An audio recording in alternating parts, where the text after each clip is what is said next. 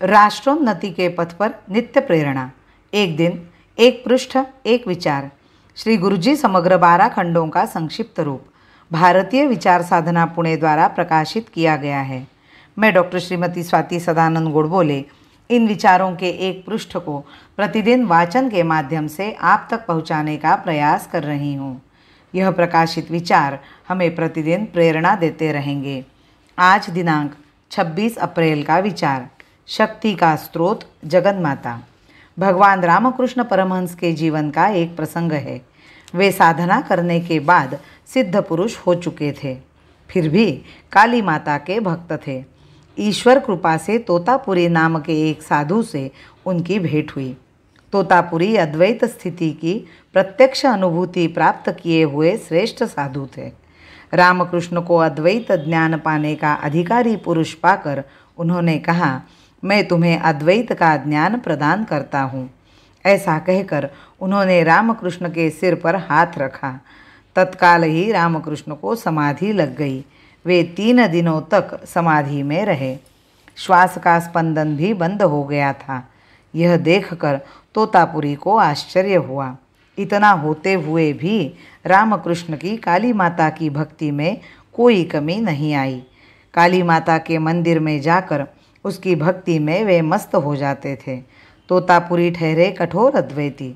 वे कहते थे, यह सब पाट पसारा, बाह्य आडंबर व्यर्थ है, जग मिथ्या है, केवल ब्रह्म ही सत्य है। ऐसा होते हुए भी तुम काली माता की भक्ति क्यों करते हो? रामकृष्ण ने उनसे कहा, मैं इसकी भक्ति करता हूँ क्योंकि यह जगन माता है।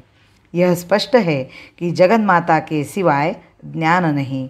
उपनिषद या अन्य कहीं एक कथा आती है। युद्ध में दैत्यों का पराभव करने पर देवताओं को अपने पराक्रम का भारी गर्व हो गया। गर्व होना अच्छी बात नहीं है। जिस समय सब देवता सभा में विराजमान थे, उनके समक्ष अकस्मात एक भव्य रूप प्रकट हुआ। ग्रंथ में उसे यक्ष कहा गया है। दैत्यों से भी अधिक भयंकर उस रूप को देखकर सब देवता घबरा गए।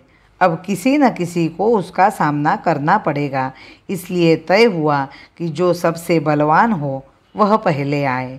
सर्वप्रथम वायु देवता उसका मुकाबला करने सामने आए। यक्ष ने वायु से पूछा, तुम्हारी शक्ति किस बात में है? वायु ने कहा, मैं अपनी शक्ति से सारी सृष्टि को हिला सकता हूँ। यक्ष ने कहा, ठीक है, यह घास का एक तिनका यहाँ रखा है, इसे हिलाकर बताओ। वायु ने अपनी सारी शक्ति लगा दी, किंतु उस घास के तिनके को वह हिला तक न सका। आखिर लज्जित होकर वापस हो गया। तब अग्नि देवता उठे, किंतु अग्नि भी अपनी समस्त दाहक शक्ति का प्रयोग कर थक गए, पर उस तिनके को जला न सके। इंद्र विचार करने लगा कि देवताओं के इस पराभव का क्या कारण हो सकता है। तभी उसे एक दैदीप्यमान स्त्री दिखाई दी।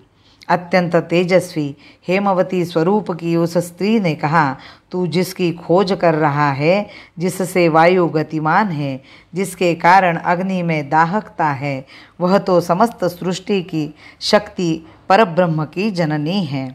यही जगन माता मातृत्व का मूल स्वरूप है।